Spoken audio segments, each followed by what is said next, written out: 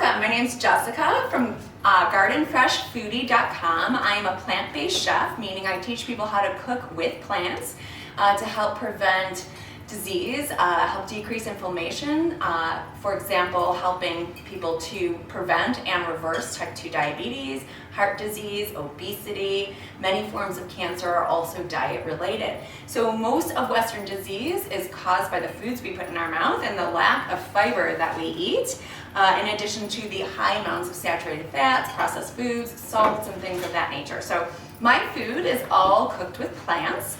I use no oil in my recipes, so you can find my recipes at gardenfreshfoodie.com. And today what we're going to be making is we're going to be making a garden fresh ratatouille. So all the things right here on my table, with the exception of the onions that we're using and the salt and the pepper, came from my garden. And so I really think it's empowering to be able to grow your own food, and if you can't, to support local farmers. And we all need to help support local businesses right now. Farmers, in addition, are people who are always struggling, and it's great to help support our local people. So what we're gonna make is, it's a very quick, rustic kind of dish. Ratatouille is French, maybe you've seen the cartoon Ratatouille, and it's spelled Ratatouille, R-A-T, R-A-T-A-T-O-U-I-L-L-E. And so I am going to start with onions. So basically it's a 1 part onion pepper to 2 parts tomato, zucchini, and eggplant. So tomato, zucchini, and eggplant are the main parts of the dish, but we always want to flavor on the under part with onions, garlic, and peppers. Those are kind of like the oomph of many dishes, many soups. Ratatouille freezes outstandingly well. So when if you're a grower of food, or even if you're a purchaser of food right now and you go to local produce venues, you'll see tomatoes bursting all over the place. And so we're always trying to find things to throw tomatoes into. I can tomatoes, I make salsa. And this is another way that I will preserve my food. So I'll make a big batch of this. So if you find the recipe posted on my website, it's a big recipe. So I'm going to kind of scale it down here today. So if you're not wanting to make that much food, just cut it in quarters or cut it in half. But again, it freezes great. So I throw it in quart-sized freezer containers, and when I'm ready to eat it, I'll just run hot water on the outside of those quart containers, and the food just slides right out. I do the same thing with soup. So soups and stews, baked goods, they all freeze outstandingly well. So I took a red onion, doesn't have to be a red onion, whatever kind of onions you have, and I cut it down the center, and I peeled the outer part. I cut it down the center, keeping the root end on. And the reason I do that is because when I chop, I want to be able to kind of have everything stay together. So I do 1, 2, 3 cuts, and I stop at the root end, and then I go the opposite way. I go perpendicular to those cuts, and now I'm going to chop again. So I'm just running my knife, and you notice that I'm not bringing my knife up. Okay, and I'm keeping that. If you have like a little bit like this, you can always save those little bits and pieces, and you can throw them in a freezer bag, and you can make soup stock out of that. So you can make your own your own vegetable stock using all of the scraps that you normally would have thrown away. That all is great flavor. So if you have like the ends of mushrooms, the ends of your carrots, the ends of your celery, the tops of carrots, all that can go into a big pot of water, cover it with water, and then you are just simmer it, and it'll turn a beautiful shade of like brown, like a golden kind of color, and strain it, you got your own vegetable stock for free. No added salt, you can control the salt. So a lot of us overconsume sodium because not from the salt shaker, but we're overconsuming it from the processed foods that we're eating. So I'm going to throw in about 2 cups or 2 onions worth of chopped onion. And if you can see, probably from where you are, hard to see. Everything's about everything is a bite size like this. When I chop like this, the onion didn't slide around or anything on there. I am tearing up a little bit, so apologize for some tearing eyes. So everything is the same size, and that's really important for when you're cooking. I don't cook with oil, as I said earlier, and so what I need to do is I need to start with a hot pan. I'm going to throw in my onions. Once my pan is hot and ready to go, I can then throw them in. It will prevent sticking. I'm not going to even add any water or oil, as I said. Starting with a hot pan is really essential. All of my vegetables here are mostly water. So if you start with a cold pan and you throw your food into it without oil or without water, what happens is the sugars and the water slowly leak out into the pan, and then they stick and they make a mess. Well, if you start with a hot pan and you throw your vegetables right in, what happens is the moisture goes ksh, and you hear that amazing sizzle. That sizzle is the liquid coming out of the food all at one time. So that's what I'm going to do. So I always get my pan hot and ready to go before I throw things in. This is a convection stove, and it gets hot really quickly. And I'm just going to toss my onions in because I know it's ready. Toss them in there. And now I'm going to never scrape with the sharp side of your knife, by the way. You want to keep a nice knife. And a nice knife is actually really critical to cooking. Don't cook with a dull knife. A lot of stores will sharpen them for you and for very minimal charge. So it's really nice to go and get your knife sharpened if you're not a person who sharpens their own knives. Okay, next thing up is, I said, equal parts of pepper. So I have a whole bunch of different kinds of peppers that I grow, little tiny ones. These guys are spicy. So it depends on what kind of heat you like in your life. This is like a lemon flavored spicy pepper that I grow, and it's spicy. Another thing, if you have abundance of produce, this is another kind of spicy pepper. It's like a peach pepper. It's spicy. I'm gonna cry on this videotape. I always wear gloves when I'm cooking at home with spicy peppers, because the worst thing is when you forget that you just cut open a spicy pepper and then you rub your eye. That kills. That hurts so badly. So I'm scraping out all the seeds. Another trick that you can do if you are a grower or you want to become a grower is I start all my plants by seed, and I seed save. So a way that I can control my food is I save the seed that comes out of the pepper. I put them on a paper towel, let them dry, and then I label that and I put it away for the next year. And I start my seeds, my pepper seeds, they're slow growing, peppers are. And so I start them in about end of February to start them growing. And I start my tomatoes in April, because tomatoes grow quickly. You don't want them to get too leggy, meaning too stretched out before you throw them in the ground. So I use grow lights that helps really get the grow process started. If you don't want to do that, just get rid of the seeds. You don't want the seeds into your dish. This is a sweeter pepper, and I'm going to throw that in. So go light on your spicy pepper if you're not a heat person. Here's another different kind of sweet pepper, little lunchbox peppers. So I've got a whole bunch of different kinds of peppers that I grow. But if you are, whoa, explosion. If you are doing store-bought peppers, it's about 2 cups of peppers to 2 cups of onion.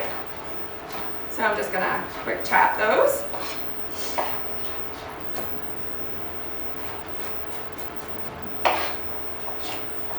So if you're chopping up along with me, we're just gonna chop up our peppers.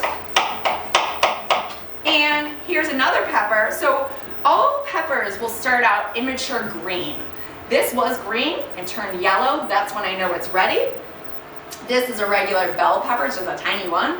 Green on the bottom, I picked it a little bit earlier, but it'll turn bright red. So peppers in the store, the green peppers are always less expensive than the red peppers or the orange peppers, and that's because These are more ripe. If a farmer wants to like get the most money and pick as fast as possible, they're gonna pick green. So that's why they're less expensive for just quantity. And if you see, when you cut into it, it's like partially red and partially green. And so the ripened pepper, so the colored peppers, the yellows, the oranges, the reds, those are higher in vitamin C content. You might think of, when you think of vitamin C, you might think citrus, but peppers have 4 times the vitamin C content than oranges do. So if you're trying to help yourself in cold and flu season, especially now during our pandemic, try to eat as many fruits and vegetables as possible. A whole bunch of different kinds are what you want to go for, but definitely throw peppers into your life. Tomatoes also great, high with the antioxidants. Antioxidants are things that help prevent inflammation. So when I changed my diet and I started eating more plants, and when I switched over to a plant-based diet, I actually healed myself from 2 different autoimmune conditions. One was, I was a chronic migraine sufferer, and when I gave up dairy, mainly I believe, my migraines went away. I was on medication my whole life for migraines. Since I was a child, it was hormone fluctuations that caused my migraines to be severe. And once I gave that up, my migraine, I have not had a migraine ever since.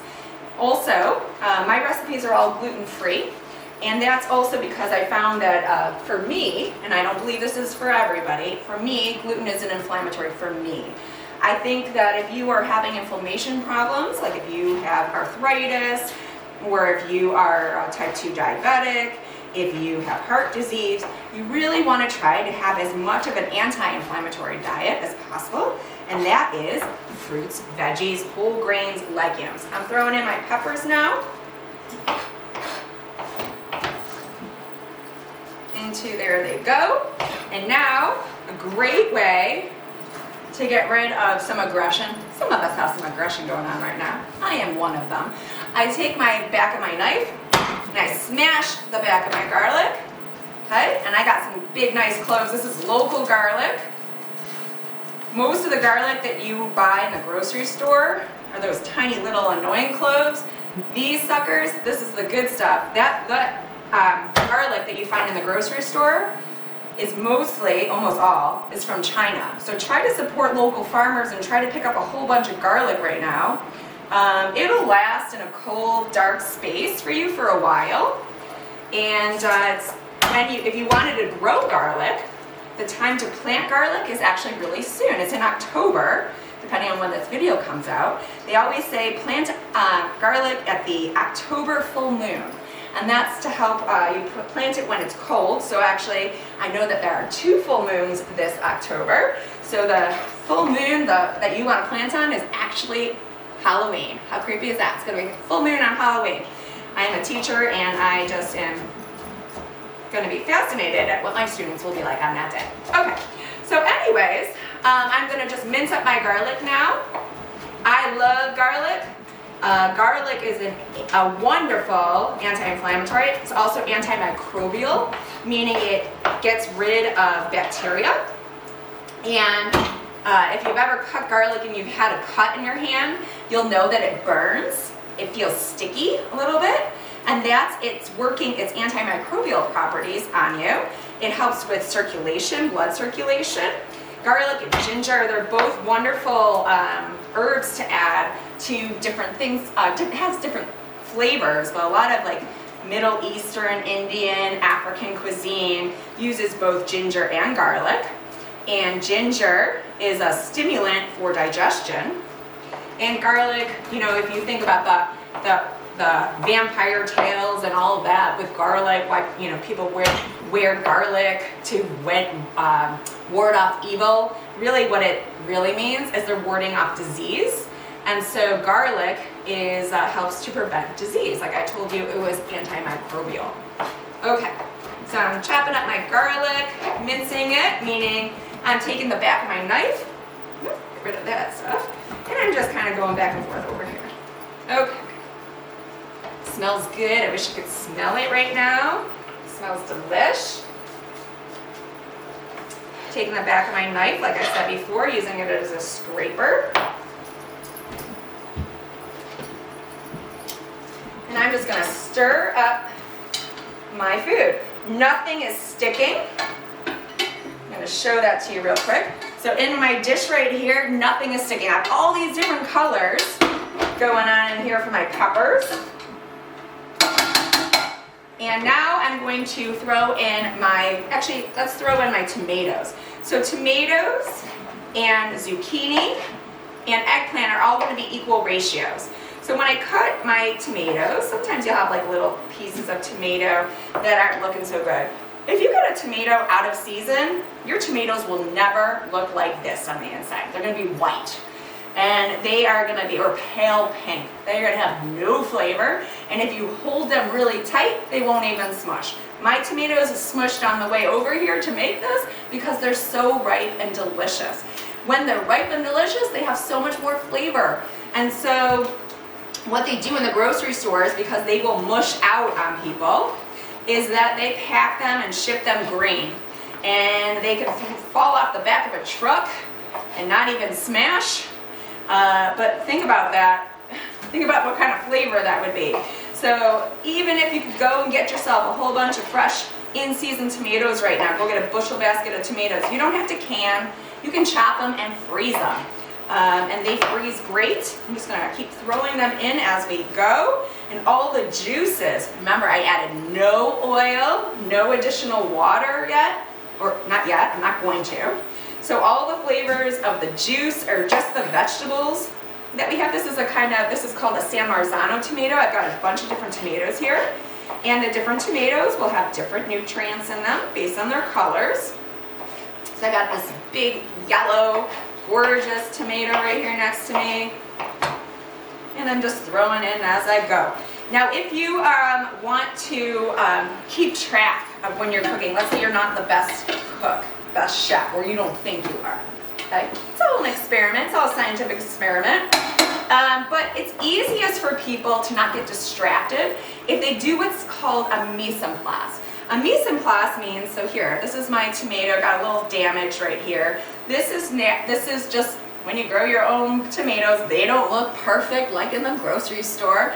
Nothing's supposed to look perfect. So there's actually places called, there's places where you can get imperfect vegetables, and it's a lot cheaper. You can have them shipped to your house. It's called Misfits. I think that's what it's called. It's an online service, and it'll ship imperfect vegetables to you because there's so much food waste that goes on in our society, and that's something that drives me mad. But look at this. Look at this. This with just like a smidge of salt and pepper. Oh, it's like so delicious. You don't need anything else. You want to put some dark balsamic vinegar on this and just eat it like a fruit, because it is a fruit.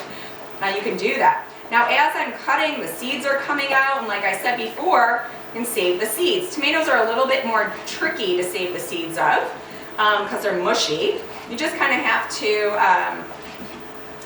let them dry out a little bit more. So I'm cutting off the stem area where this tomato was attached to the stem of the plant.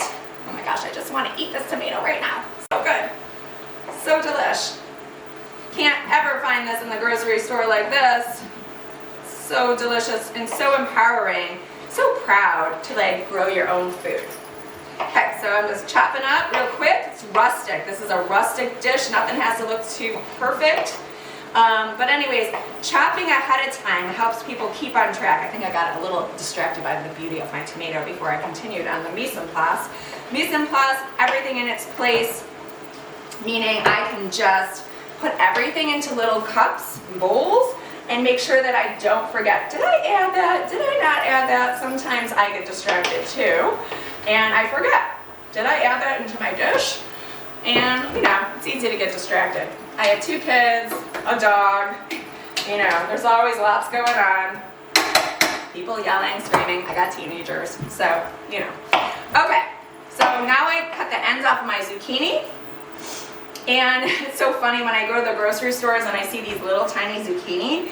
Once when my child was young, she was like, what is that, Mom? Is that a cucumber? And I'm like, no, that's a zucchini, because we never grow zucchini that look like that. So I'm taking anything that's round, I make it go flat. So if you notice, I cut it in half and I put the flat end down, and then I chop, because I don't like things to roll around. So you saw me doing that with the onion, and now I'm doing it with my zucchini. Okay, so I'm just chopping it down the center, and then I'm making slices. And then you can stack them so you have nice bite-sized cubes. So I can stack the zucchini, chop it in the center like this, and just chop. So then I have little cubed pieces. And I'm gonna do the same with my eggplant. So if I did 2 cups of onions and 2 cups of peppers, then I'm doing 4 cups of tomatoes and 4 cups of zucchini, 4 cups of eggplant.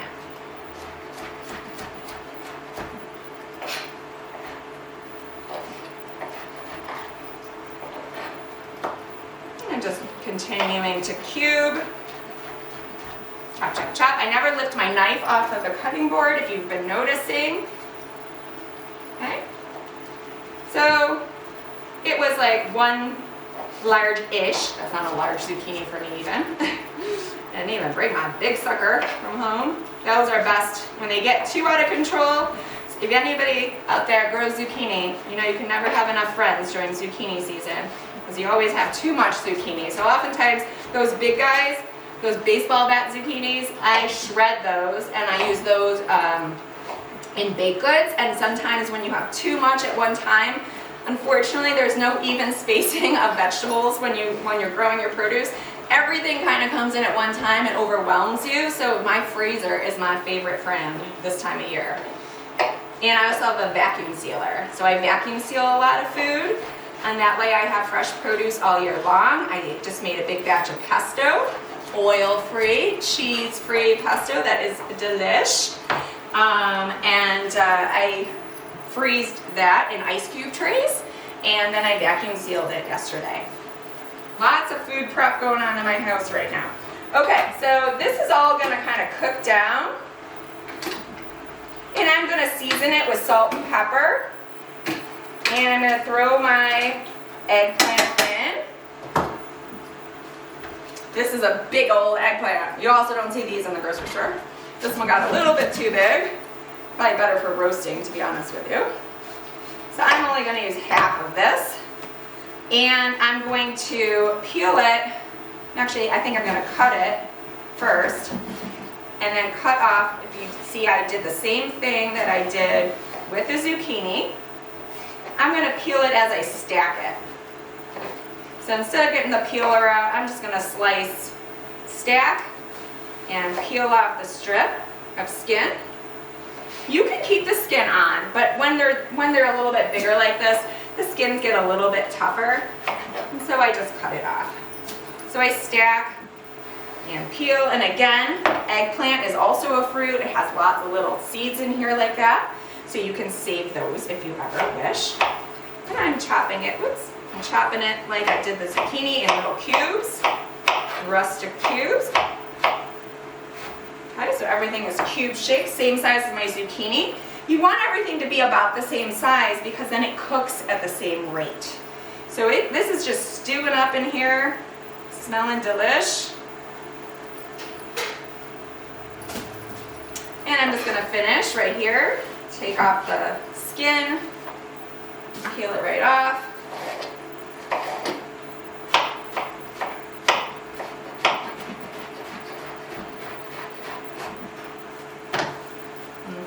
Cubes in there. Getting full on that pot there. Okay. And I'm just going to let this cook. Simmer down and cook for a little bit, not too long. A way to add some protein to this is that you could throw in some chickpeas. You could throw in some white cannellini beans. You can also throw in some dark leafy greens at the end of this cooking process. But it's a beautiful dish. And it is, I always like to add the greens. So if I was to freeze this, I wouldn't add my greens now.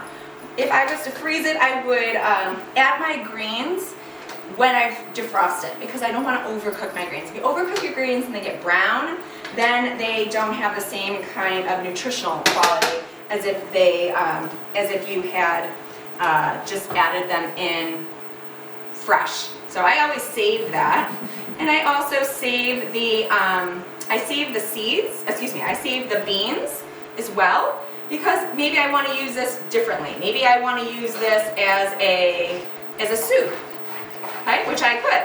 I could turn this into a soup, and I could just add broth to this, and then it would be a soup. I am going to add some salt.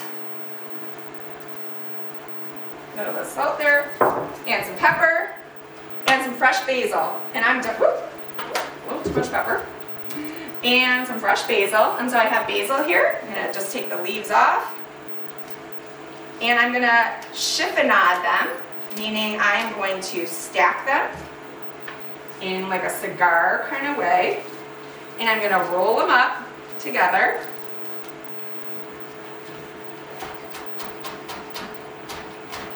And I'm just going to chop them like that. So basil, don't ever get basil and throw it in the fridge. It will turn black. The better way to do it, if you don't have a way to get it preserved fast enough, put it in a blender, throw a little bit of water in it, blend it up, throw it in those ice cube trays, and then you can pop fresh basil into any of your dishes in the middle of the winter. And that's it. We're done. Done. And I'm just going to let it, if I wanted to, I'd just let it simmer a little bit more. But I'm going to show you what it looks like.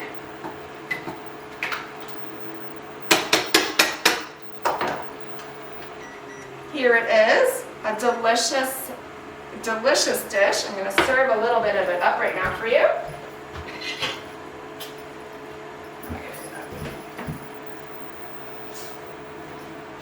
Hold on. Okay. Just so you can see what it looks like.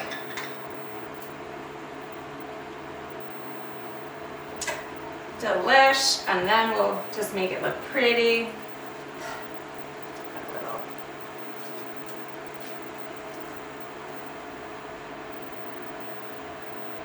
Fresh leaf of basil on there, and you're done. Thanks so much for joining me. I'm Jessica from Garden Fresh Foodie, and I wanted to thank LMHF for having me as part of this cooking class, and I hope you enjoyed it. And you check out my website, gardenfreshfoodie.com, and hopefully when we can get back to cooking classes, I'd love to see you live. Thanks so much.